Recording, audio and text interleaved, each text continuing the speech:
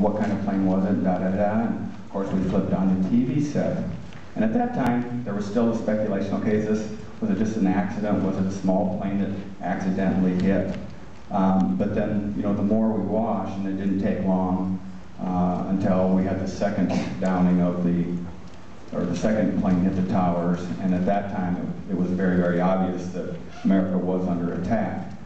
And really for the next about 3 hours in class, the classes would come in, and we kind of sat silently watching what was going on TV.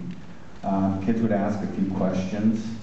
I had just been doing some reading. I was a history teacher, you know, but I had been doing some reading about Osama bin Laden and, you know, his previous attacks on the United States, and they asked me if I knew who would have done this, and I did speculate at the time. I said it's probably bin Laden. I mean, he's tried to take down the towers before, and so we talked a little bit about that, but really we just sat and watched in silence.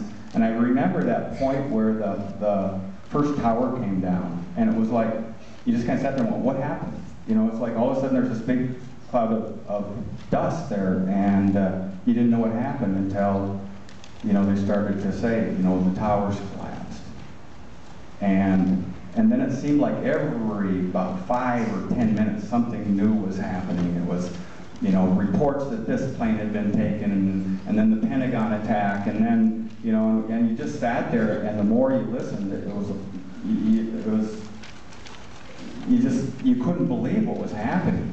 And then there got to be all sorts of rumors about what, you know, that there were other things that were being reported that never did happen, and those kept coming over the TV. And at about, I don't know, it was about 11 o'clock in the morning, it was almost like, okay, we've kind of had enough. We couldn't even sit and watch anymore. It was just so, it was so depressing. It was really, really hard and depressing to watch.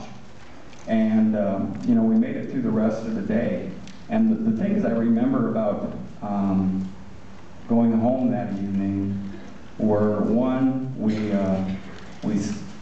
I went by Casey's, and every gas station in town had lines of cars. I mean, it went clear out into the street. If you read the Eagle this morning, Officer Kerrigan talks about how people were getting into car wrecks down there because they didn't, you know, there were so many people. And the reason they did that is you know, everybody was speculating that, you know, this was a Middle East attack, and we were going to have a shortage of oil, gas and oil, and the price was going to skyrocket, and so people were trying to get gas before the prices went up.